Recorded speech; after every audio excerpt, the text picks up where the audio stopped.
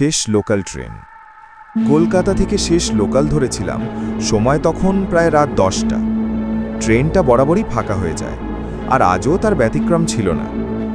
জানলার বাইরে অন্ধকার, মাঝে মাঝে আলো ঝলকাচ্ছে। ফোনের নেটওয়ার্কও কেটে যাচ্ছিল।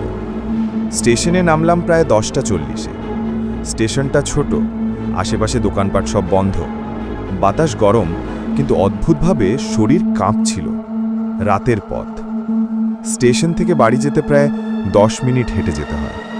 রাস্তার মাঝে একটা পুরনো বট গাছ আছে। লোকজন বলে রাতে ওদিকে যেও না, কেউ নাকি দেখতো চাকে। গাছটার কাছাকাছি পৌঁছতেই হঠাৎ কুকুরগুলো একসাথে চিৎকার করে উঠল, যেন কিছু দেখেই ভয় পেল। বাতাস পুরো থেমে গেল। পেছন থেকে কারোর পায়ের আওয়াজ। টাপ টাপ টাপ। আমি হাঁটা বাড়ালাম, আওয়াজও বাড়ল। টাপ টাপ টাপ। কিন্তু সবচেয়ে ভয়ঙ্কর ব্যাপার, পথে আমি ছাড়া আর কেউ ছিল না। পিছনে তাকানো ভুল।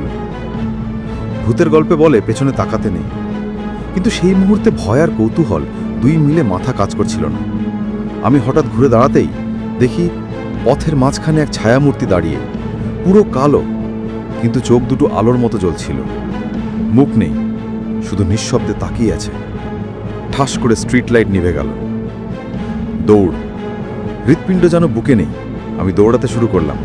শুনতে পাচ্ছিলাম পেছনে কেউ দৌড়াচ্ছে, খুব স্পষ্ট, আমার পেছনেই, কিন্তু কাছে আসছিল না, আবার দূরও হচ্ছিল না, যেন হওয়ার মতো ছুটছিল।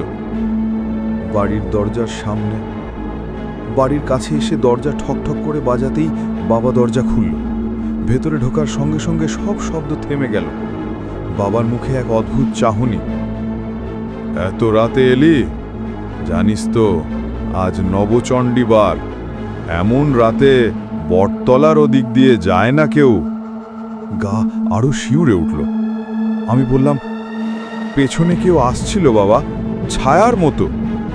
বাবা ধীরে দরজা বন্ধ করল, বলল, ওদিকে অনেকেই কেউ আসতে দেখেছে, কিন্তু কখনো সামনে পায়নি।